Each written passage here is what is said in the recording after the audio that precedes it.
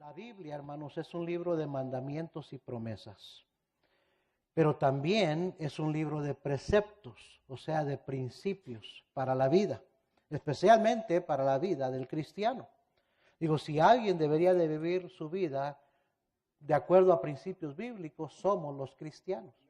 No vamos a esperar que el mundo le importe o ellos quieran vivir como Dios dice, como dice su palabra, pero nosotros los creyentes sí, amén, hermanos. Los principios de Dios funcionan, los principios de Dios son efectivos, Dios los bendice. Sabe que hay gente que son incrédulos, inconversos, pero han puesto en práctica algunos principios de la palabra de Dios en determinadas áreas de su vida y son prosperados, son bendecidos, nada más por poner esos principios de Dios en práctica. Por ejemplo, hay padres que no son cristianos, pero han criado a sus hijos con disciplina, han criado a sus hijos con principios morales de la Biblia y sus hijos han salido buenos hijos. ¿Sabe por qué? Porque Dios bendice la aplicación de los principios de la Biblia. ¿Y cuánto más nosotros los cristianos deberíamos de hacerlo? Hay gente inconversa que da para causas cristianas que hasta diezman, porque dicen, ¿verdad? Dios dice ahí que Dios va a multiplicar, va a abrir las puertas del cielo y va a bendecir si yo diezmo. Y aunque ni tienen a Cristo en su corazón, pero ponen en práctica sus principios y Dios bendice, Dios prospera, porque Dios siempre le va a bendecir al que ponga en práctica principios bíblicos. ¿Cuánto más nosotros los cristianos? Amén, hermanos. El libro de Génesis es un libro conocido como el libro de los orígenes, de los comienzos. Con Génesis comenzó todo en cuanto a la humanidad, la creación. Y es conocido como el libro de principios. Allí comenzó todo. Por eso comienza diciendo en el versículo 1, en el principio creó Dios los cielos y la tierra. No fue el principio de Dios, pues Dios no tiene principio. Amén, hermanos. No tiene principio ni fin. Él es eterno, pero sí fue el principio de la creación de toda vida humana, de toda la naturaleza, de todo lo que podemos ver. Entonces lo primero que queremos ver aquí es lo que dice el versículo 1. En el principio creó, ¿quién dice? Dios. Dios estaba allí en el principio. Todo comenzó con Dios. Todo se fue creado por iniciativa de Dios. Sin Él, nada existiera. Nadie estuviéramos aquí el día de hoy. Nada hubiera sido, nada existiría, incluyendo usted y yo. Y ojalá que tengamos ya bien claro en nuestras mentes que vamos a creer que somos hechos a la imagen de Dios y no que venimos de un simio, no venimos de una explosión de las estrellas o del pez, ¿verdad? De teorías que nunca se han comprobado, que no tienen base, que hasta los mismos ateos, cuando usted los pone contra la espada y la pared, van a reconocer que lo creen lo que creen, pero por fe. Hasta cierto punto su propia fe, porque no hay manera de comprobarlo. Son puras suposiciones, son puras teorías. Lo que sí tenemos los cristianos es la palabra de Dios. Y nosotros podemos estar seguros porque creemos que la palabra de Dios, la Biblia, es la palabra de Dios y que es verdad y no se equivoca. El primer principio para la vida es esto. Número 1, va a salir en la pantalla. Dios debe ser primero en nuestras vidas. Amén.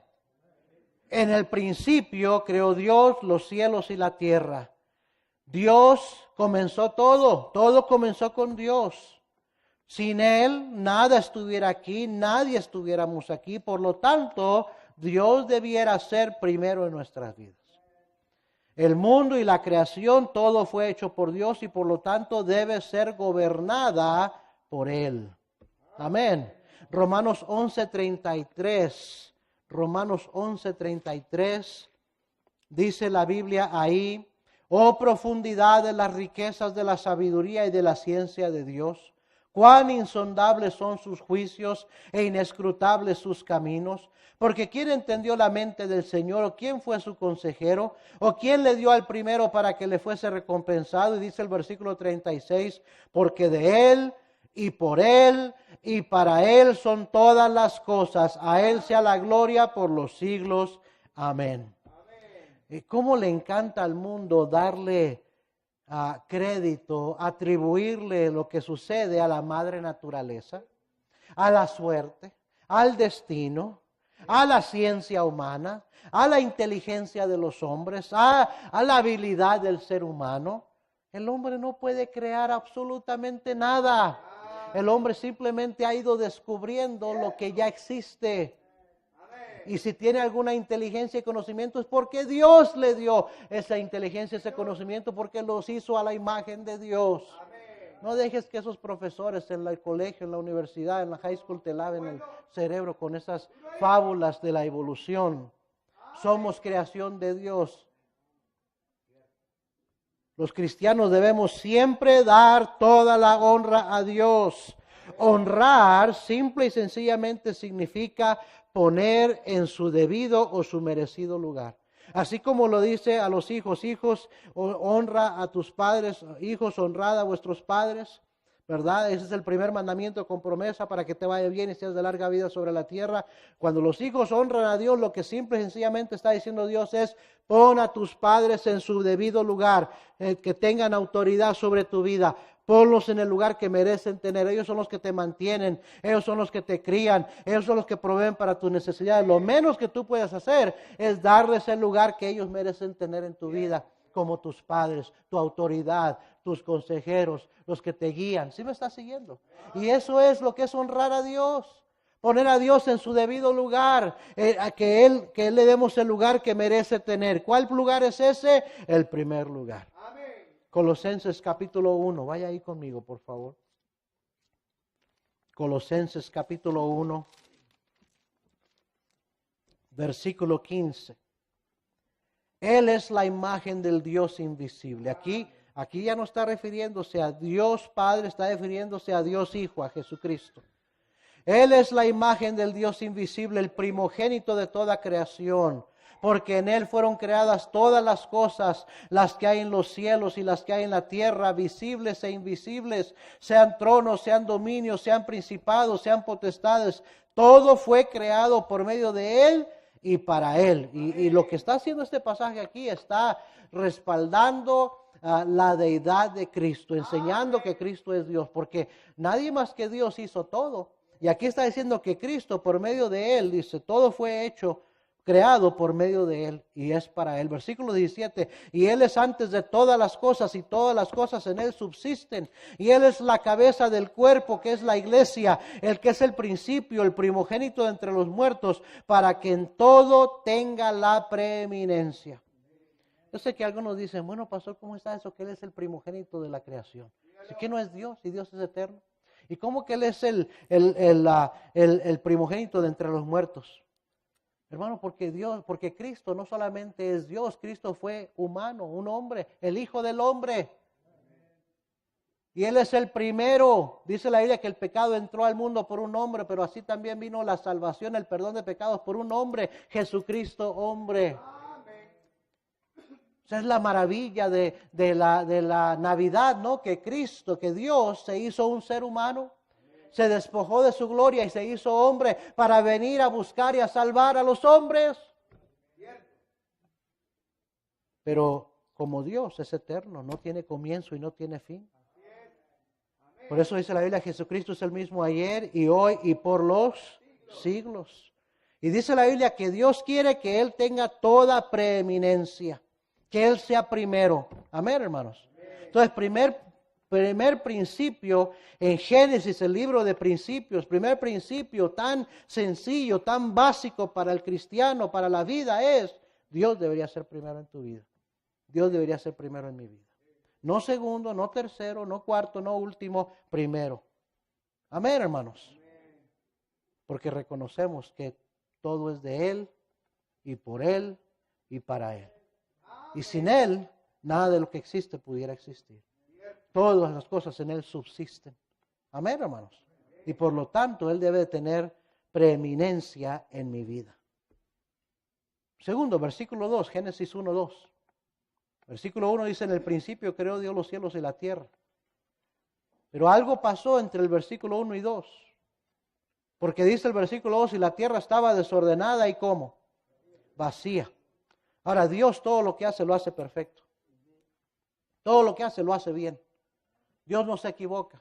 Dios no hace las cosas mal hechas. Amén.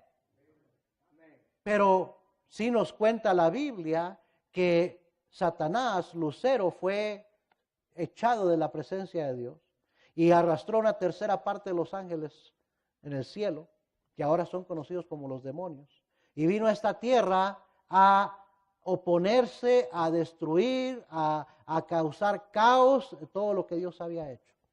Y por eso es que la tierra estaba desordenada y vacía. Dice, y las tinieblas estaban sobre la faz del abismo. No había más que tinieblas. No había luz porque Dios no estaba aquí.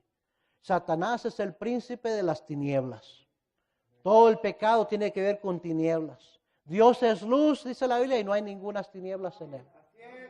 Pero dice la Biblia que la tierra sin Dios, antes de que Dios empezara a ordenar y a obrar, la tierra estaba desordenada y vacía y las tinieblas estaban sobre la faz del abismo. Hermano, número 2, una vida sin Dios es una vida desordenada y vacía. Y así estaba nuestra vida antes de Cristo. Sin Dios, sin propósito, sin esperanza. Efesios 2:12 dice, en aquel tiempo estabais sin Cristo, alejados de la ciudadanía de Israel y ajenos a los pactos de la promesa, sin esperanza y sin Dios en el mundo. ¿Se acuerda, hermano? ¿Se acuerda su vida cómo era antes de que Cristo llegara a su vida? Amén. Sin esperanza, sin Dios. La esperanza vino con Cristo. La vida, la verdadera vida vino cuando Cristo nos halló y nos salvó. No éramos nosotros los que andábamos buscando al Señor. Él nos andaba buscando a nosotros. Tito capítulo 3, versículo 3 dice, porque nosotros también éramos en otro tiempo insensatos, rebeldes, extraviados, esclavos de concupiscencias y deleites diversos, viviendo en malicia y envidia, aborrecibles y aborreciéndonos unos a otros. Qué triste es la vida sin Dios. Qué vacía es la vida sin Cristo. Qué desordenada es la vida cuando se vive sin principios bíblicos. Amén, hermanos. Este es la brújula, el compás para el cristiano que nos da dirección en nuestras vidas. Tenemos a un Espíritu Santo que nos guía en la vida, pero sin Dios no hay dirección. Hay puro desorden. Todo está vacío. Todo es tinieblas. Pero mire el resto del versículo 2 lo que dice. Y la tierra estaba desordenada y vacía, y las tinieblas estaban sobre la faz del abismo, y el Espíritu de Dios se movía sobre la faz de las aguas. Qué bueno que el Espíritu Santo de Dios empezó a moverse ahí. Qué bueno cuando el Espíritu Santo de Dios comienza a moverse en la vida de alguien. Amén, hermanos. Número 3. El Espíritu de Dios trabaja, siempre está trabajando y trabaja en los lugares más duros, más difíciles. ¿Sabe por qué? Porque nada hay imposible para Dios. Proverbios 3:5 dice, fíate de Jehová de todo tu corazón y no te apoyes de tu propia prudencia. Reconócelo en todos tus caminos y Él ¿qué? Enderezará tus veredas. Dios se especializa en enderezar nuestras veredas. No importa qué tan chuecas, qué torcidas estén, el Señor puede transformar la vida de alguien. Primera a los Corintios 6:9. Primera a los Corintios 6:9. Mire lo que dice ahí la Biblia.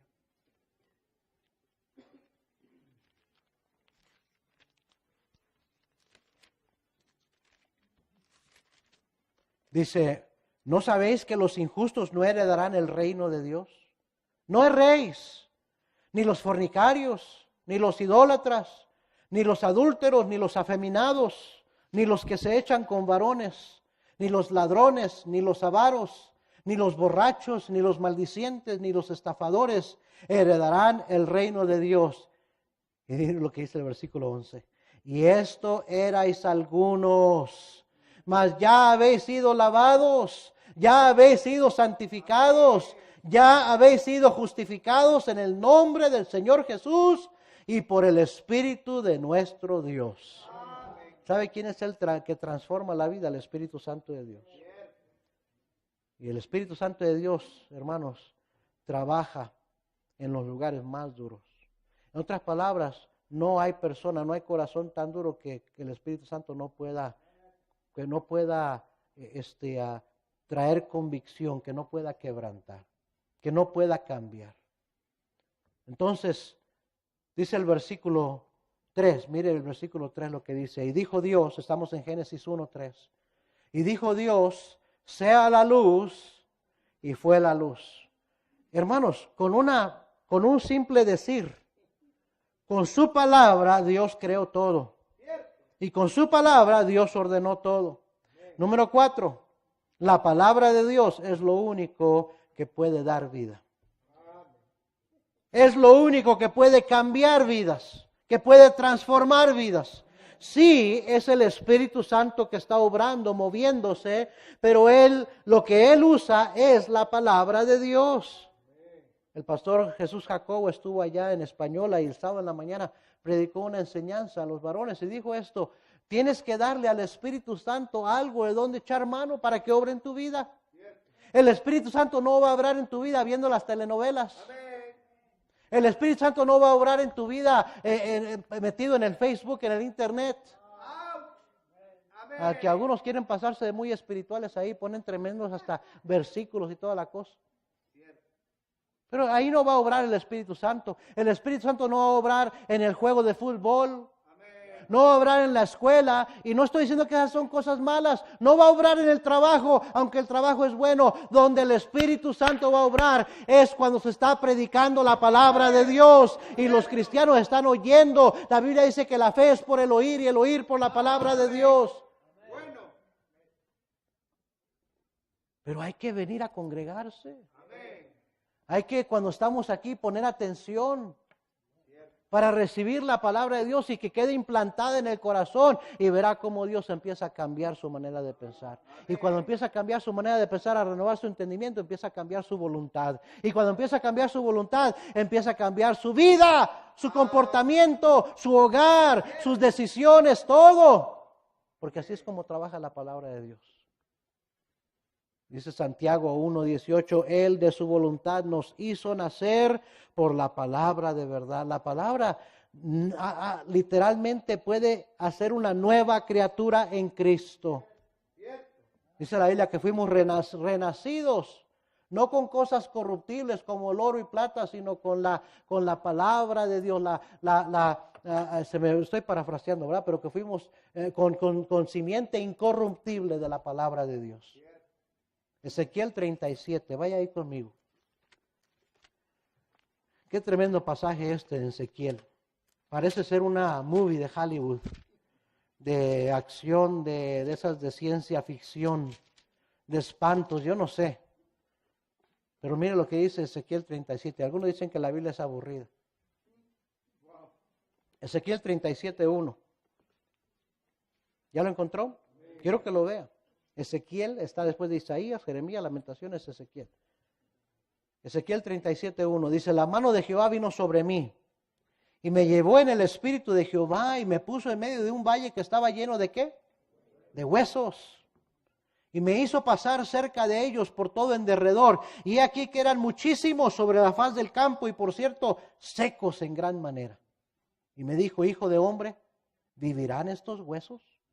Y dije: Señor Jehová, tú lo sabes. Me dijo entonces: profetiza, o sea, predica sobre estos huesos y diles: huesos secos, oíd palabra de Jehová. A veces así se siente el predicador que está predicándole a... No sé, porque pues ni amén dice. Algunos están hasta durmiéndose, no sé si están respirando, no están respirando. Le dice Dios, le dice Jehová a Ezequiel: profetiza, predícale a estos huesos. Huesos secos, oíd palabra de Jehová. Versículo 5. Así ha dicho Jehová el Señor a estos huesos: he aquí yo hago entrar espíritu en vosotros y viviréis. Y pondré tendones sobre vosotros y haré subir sobre vosotros carne y os cubriré de piel y pondré en vosotros espíritu y viviréis y sabréis que yo soy Jehová. Profeticé pues como me fue mandado. Y hubo un ruido mientras yo profetizaba. Y he aquí un temblor, y los huesos se juntaron, cada hueso con su hueso. Y miré, y aquí tendones sobre ellos, y la carne subió, y la piel cubrió por encima de ellos, pero no había en ellos espíritu. Y me dijo, profetiza al Espíritu, profetiza, hijo de hombre, y di al Espíritu, así ha dicho Jehová el Señor, Espíritu, ven de los 4 vientos y sopla sobre estos muertos y vivirán. Y profeticé como me había mandado, y entró espíritu en ellos, y vivieron, y estuvieron sobre sus pies un ejército grande en extremo.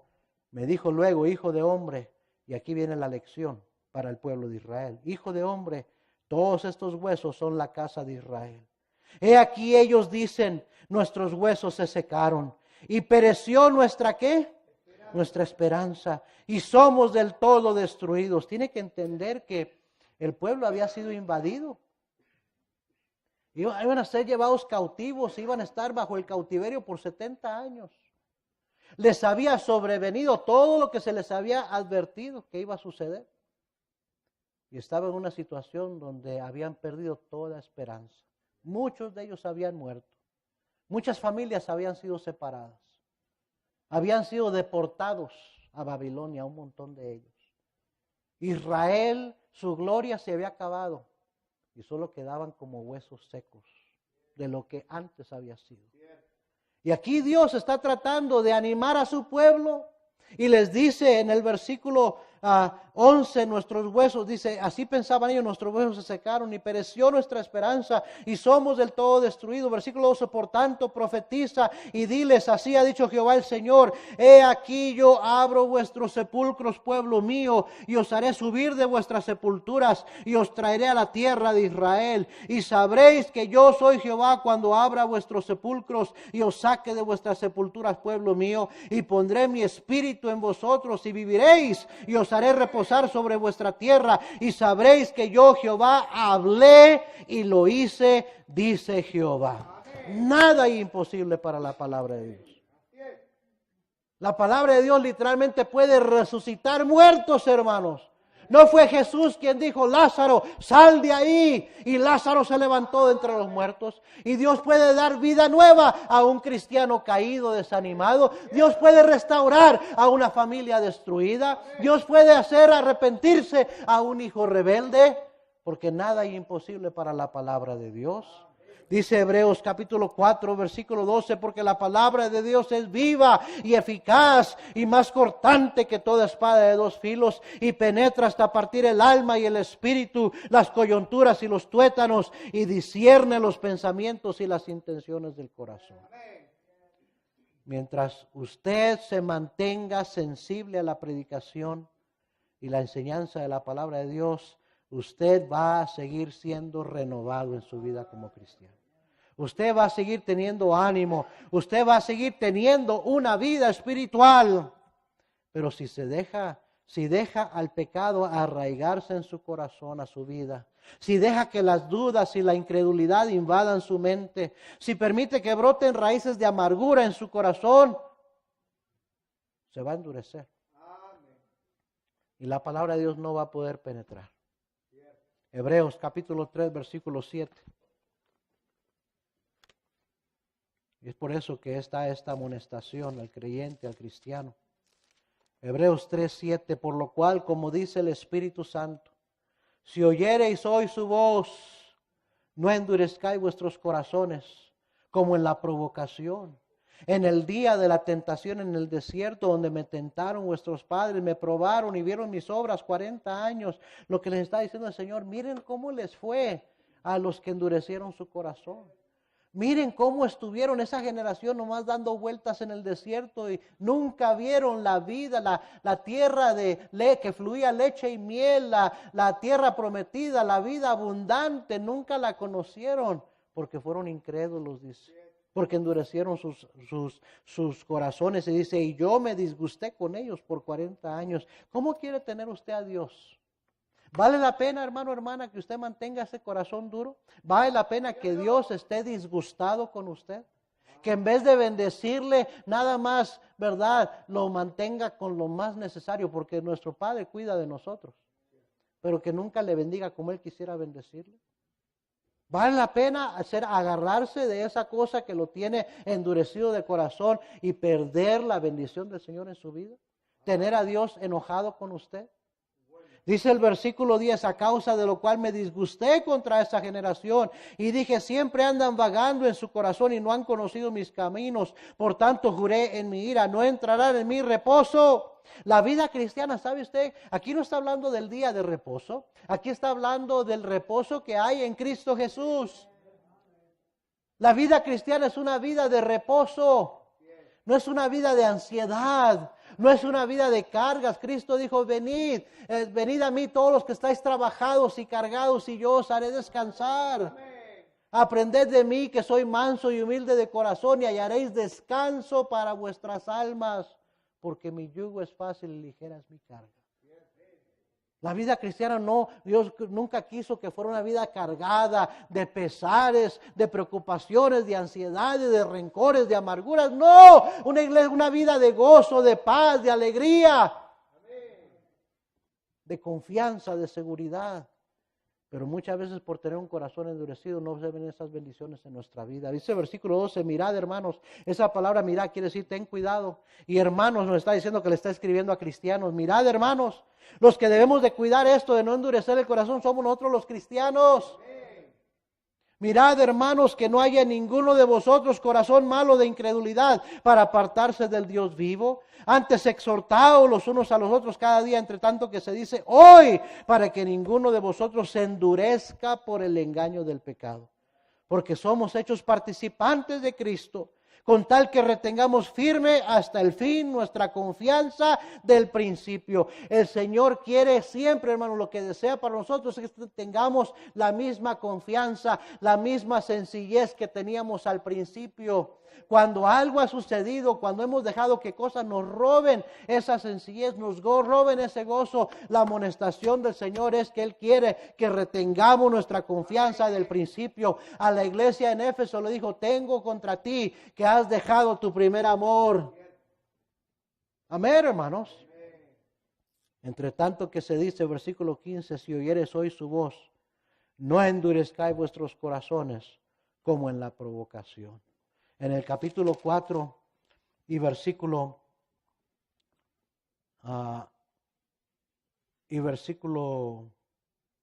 7 dice, otra vez, 3 veces lo repite, pero dice otra vez, y luego dice, determina un día, hoy, diciendo después de tanto tiempo por medio de David, como se dijo, si oyeres hoy su voz, no endurezcáis vuestros corazones.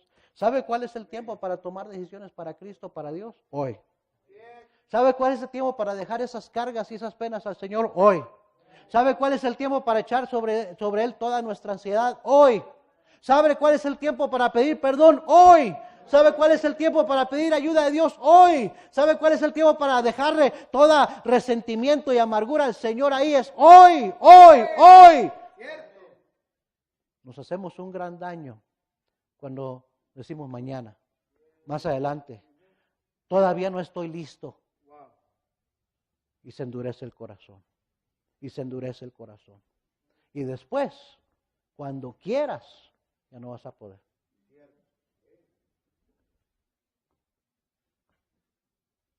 Cuando oímos la voz de Dios y no hacemos caso, se endurece el corazón. Cuando Dios nos está diciendo, decídete, toma esta decisión, no lo hacemos, desobedecemos, se endurece el corazón. Y es un daño que nos estamos haciendo a nosotros mismos. Y estamos teniendo a Dios disgustado con nosotros. Amén. Yo no quiero tener a Dios enojado conmigo. Entonces más vale que mantenga un corazón blandito, receptivo, sensible, responsivo a la voz de Dios. Porque si no, entonces no me importa que Dios esté disgustado conmigo. Amén, hermanos. Dios mira el corazón, recuerde. Los hombres miran lo que está por fuera, pero Dios mira el corazón. Génesis capítulo 2, versículo 7.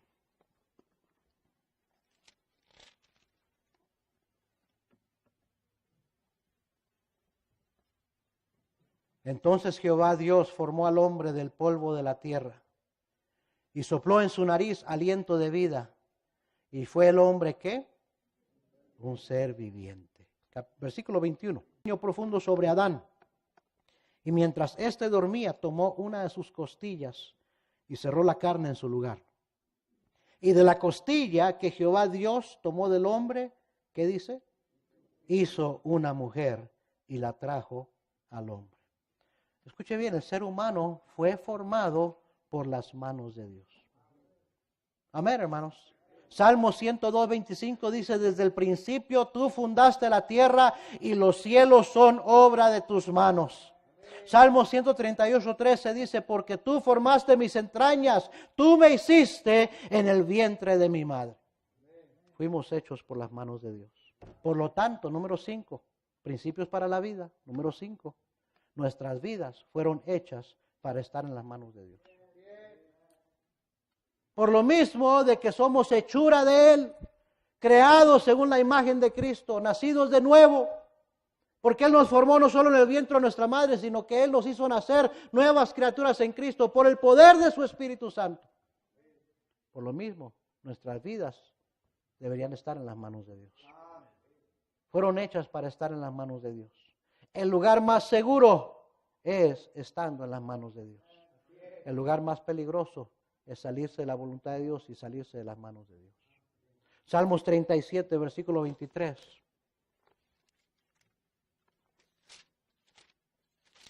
Salmos 37, 23. Por Jehová son ordenados los pasos del hombre, y Él aprueba su camino. Versículo 24, ¿ya lo encontró?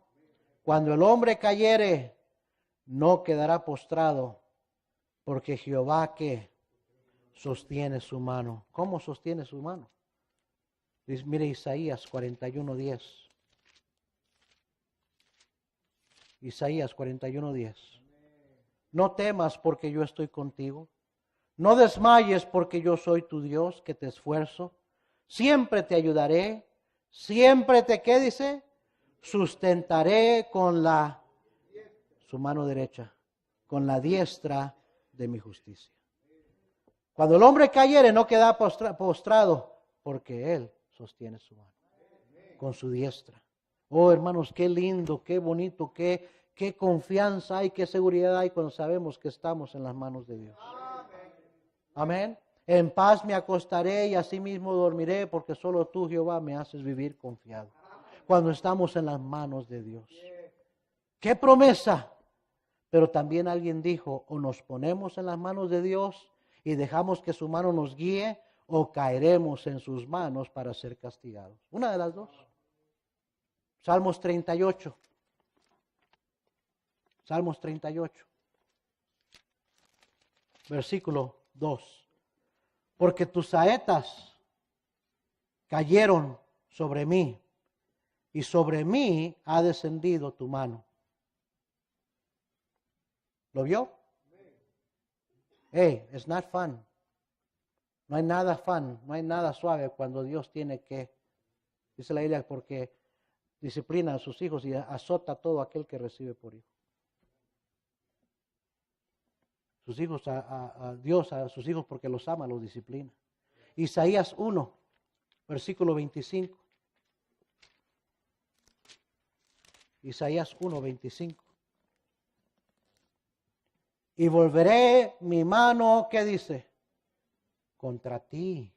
Y volveré mi mano contra ti y limpiaré hasta lo más puro tus escorias y quitaré toda tu impureza.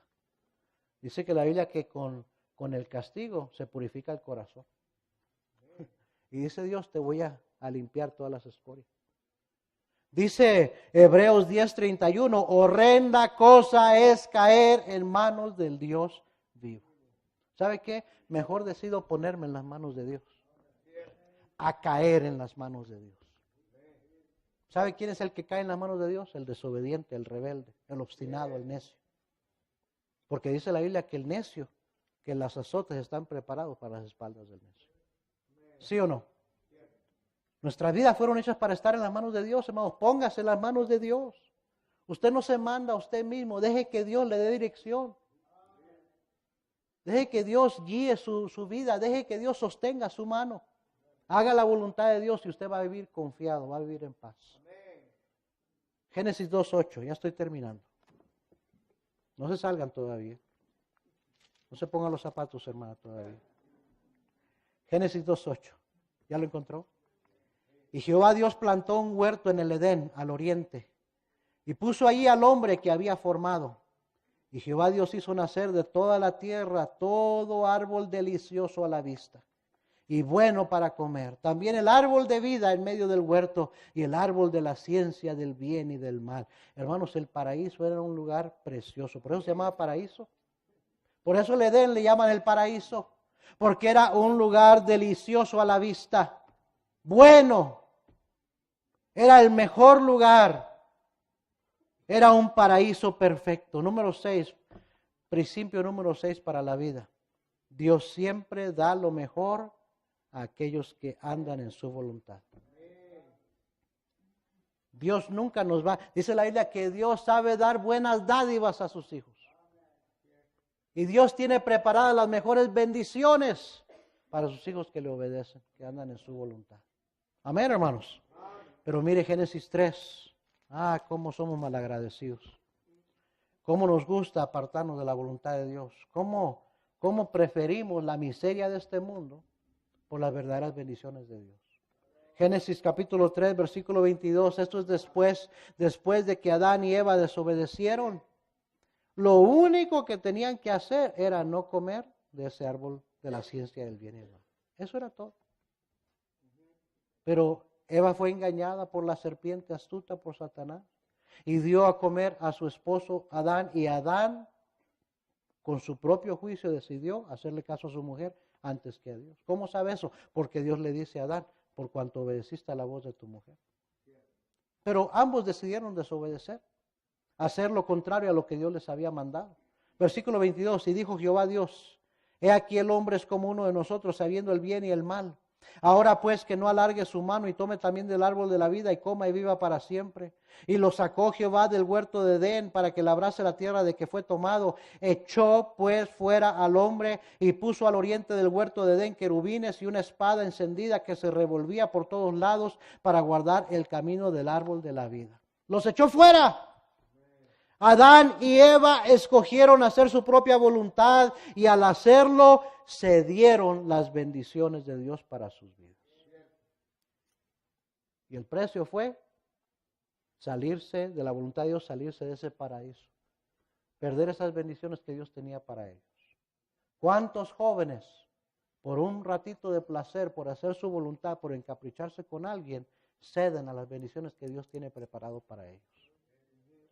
¿Cuántos hermanos y hermanas por dejarle rienda suelta a su carne, por una pasión, por un capricho, por un enojo, por un coraje, por una ofensa, prefieren salirse de la voluntad de Dios y ceden a todas las bendiciones que Dios quería para ellos y para sus hijos?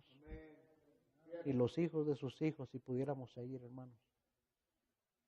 Romanos capítulo 12, versículo 1 dice: os rogamos, hermanos, por la misericordia de Dios, que presentéis vuestros cuerpos en sacrificio vivo, santo, agradable a Dios, que es vuestro culto racional.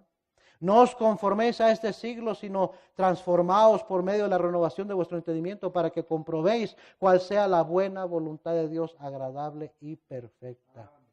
La voluntad de Dios es perfecta, es agradable. O sea que te va a agradar, va a ser de gozo, de felicidad para ti. El cristiano más feliz es aquel que está en el centro de la voluntad de Dios. El cristiano más miserable es aquel que se sale de la voluntad de Dios porque sabe lo que se está perdiendo. Génesis capítulo 3, versículo 1. Pero la serpiente era astuta, más que todos los animales del campo que Jehová Dios había hecho, la cual dijo a la mujer: con que Dios os ha dicho, no comáis de todo árbol del huerto. Mire, hermanos, la serpiente estaba en el huerto del Edén, en el paraíso, en el lugar perfecto. Ahí estaba la serpiente, ahí estaba Satanás. ¿Qué aprendemos de eso, hermanos?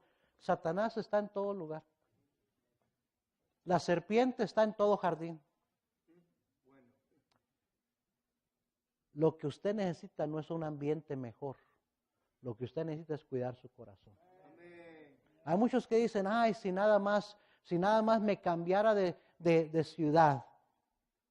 Si nada más me cambiara de trabajo. A veces es bueno cambiar de trabajo, pero a veces no. Si nada más me cambiara de iglesia.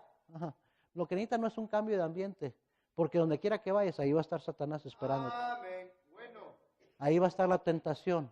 Cierto. Ahí va a estar él susurrando en tu oído para que hagas contrario a la voluntad de Dios. Lo que necesitas es esto, cuidar esto en tu corazón. Amén, hermanos. Mejores circunstancias, número 7, principio, último principio, mejores circunstancias no siempre resultan en una mejor vida. Amén. Dice Proverbios 4:23, sobre toda cosa guardada, guarda tu corazón, porque de él mana la vida. ¿Cómo va a ir tu vida? De acuerdo a cómo esté tu corazón. El problema es el corazón. Amén. Hay cristianos que andan buscando la iglesia perfecta. En primer lugar, no la hay. Pero si la llegaras a encontrar, no va a ser perfecta, créemelo. Y ahí vas a encontrar los mismos tropiezos, las mismas tentaciones. Y si te vas de aquí con problemas en tu corazón, no has arreglado, te los vas a llevar a donde quiera que te vayas. Amén. Y allá va a seguir el problema, porque el problema está aquí. La clave siempre es el corazón. Amén. Muchos creen que un cambio de ambiente es la solución. No, Señor. Génesis 3:14. Y Jehová Dios dijo a la serpiente, por cuanto esto hiciste, maldita serás entre todas las bestias, entre todos los animales del campo. Sobre tu pecho andarás y polvo comerás todos los días de tu vida. Versículo 15. Y pondré enemistad entre ti. Aquí está Dios juzgando a la serpiente. Le dice, pondré enemistad entre ti y la mujer, y entre tu simiente, le dice a Satanás, y la simiente suya. Esta te herirá en la cabeza, y tú le herirás en el calcañar. Y queridos hermanos, aquí está la primer mención, la primer promesa del Mesías. De que un día vendría el Hijo de Dios para aplastar la cabeza de Satanás para siempre. Para vencer el pecado y la condenación del pecado al infierno. Amén, hermanos. Gálatas capítulo 4, versículo 4.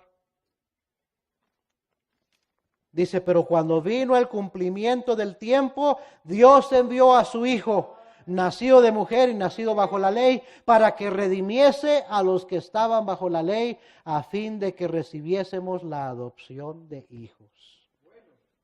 Y entonces ya estaba Dios planeando la salvación del ser humano, el perdón de pecados para Adán, Eva y su descendencia. Cristo allí estuvo en el principio. Oiga bien, Cristo fue la respuesta para esa primer familia que habían desobedecido. Y Cristo es la respuesta para nosotros el día de hoy. Cristo fue la solución, lo que Dios ya estaba diciéndole a Adán y Eva, pon tus ojos en Cristo, pon tus ojos en Cristo, pon tus ojos en Cristo. Y es lo que nos dice a usted y a mí. Porque el único que puede darnos esperanza de cambiar nuestros caminos torcidos, de transformar nuestra vida, de agarrar algo que no sirve y hacerlo útil, es Cristo Jesús. Y Él sigue siendo la esperanza para el ser humano. Fue la respuesta para Adán, para Eva, para sus hijos. La Biblia dice que Abel creyó, y en Hebreos capítulo 11 es mencionado como uno de los héroes de la fe que vivió por fe. Porque su padre le pasó eso a él. Y él a su hijo. ¿Sí me está siguiendo? Bueno, Abel no porque murió, pero después nació Set. Y siguió la descendencia de aquellos que invocaban el nombre de Dios. ¿Qué nos amonestan las Escrituras como cristianos? Hebreos 12. Hebreos capítulo 12. Por tanto, nosotros también, no nada más aquellos del Antiguo Testamento que vivieron por fe, pero nosotros también, los creyentes, teniendo en derredor nuestro tan grande nube de testigos, despojémonos de todo peso y el pecado que nos asedia y corramos con paciencia la carrera que tenemos por delante. Puesto los ojos ¿en quién? En Jesús, el autor y consumador de la fe, el cual por el gozo puesto delante de él sufrió la cruz, menospreciando lo oprobio y se sentó a la diestra del trono de Dios. Considerad aquel que sufrió tal contradicción de pecadores contra sí mismo, para que vuestro ánimo no se canse hasta desmayar. La única esperanza, la única victoria que podemos tener es a través de la fe en Jesucristo. Amén, hermanos. Principios para la vida en Génesis. Número 1, Dios debe ser primero en tu vida. Dios debe ser primero en su vida, hermanos, porque todo comenzó con Dios. Usted está aquí por Dios. Usted existe por Dios. Usted subsiste por la gracia de Dios. Entonces Él debería ser primero en su vida y en mi vida. Una vida sin Dios es una vida desordenada y vacía. A lo mejor usted está aquí y no tiene a Cristo Jesús en su corazón como su Salvador personal. La vida sin Cristo, sin Dios, es una vida sin esperanza, una vida vacía. Cuando yo fui salvo tenía 23 años de edad. Yo había ido a la iglesia cuando era un niño. Cuando tenía 7, 8 años, 9 años, 10 años, yo fui a la iglesia cristiana. Cantaba los himnos, cantaba los coritos, estaba en las clases dominicales, escuchaba las lecciones de la Biblia, conocía muchas cosas que nunca se me han olvidado. Cantos, himnos que se quedaron grabados en mi mente, en mi corazón, que todavía de repente los escucho y me recuerdo mi niñez creciendo en la iglesia bautista, en la iglesia cristiana. Pero llegó mi juventud y mi madre se apartó de los caminos del Señor y todos nos apartamos del camino del Señor y ya no puse pie otra vez en la iglesia desde los 13 años hasta los 23 años. 10 años viviendo en el mundo, 10 años haciendo lo que los demás hacían, sin Cristo, sin Dios en mi vida. De 23 años me acuerdo que visitamos una iglesia y el pastor Parada estaba predicando y llegó la hora de la invitación. Yo me acuerdo haberle dicho a mi esposa, ¿sabes qué? Eso es lo que he necesitado toda mi vida. Eso es lo que he necesitado, aceptar a Cristo como mi Salvador. Porque había un vacío ahí que la religión no había podido llenar. Había un vacío ahí que los placeres del mundo no habían podido llenar. Porque solo Cristo puede llenar ese vacío. La vida sin Cristo, la vida sin Dios es una vida vacía, es una vida desordenada. El Espíritu de Dios puede obrar y trabajar en los corazones más duros, en los lugares más difíciles, porque nada es imposible para Dios. La palabra de Dios, número 4, es lo único que puede dar vida, que puede transformar una vida, que puede darte esperanza. Nuestras vidas fueron hechas para estar en las manos de Dios. No hay lugar más seguro, más protegido, más bendecido que en el centro de la voluntad de Dios, en sus manos.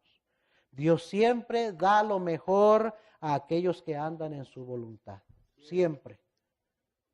Mejores circunstancias, mejores ambientes, no es lo que necesitas necesariamente. Lo que necesitas es ponerte bien con Dios aquí en tu corazón. Amén.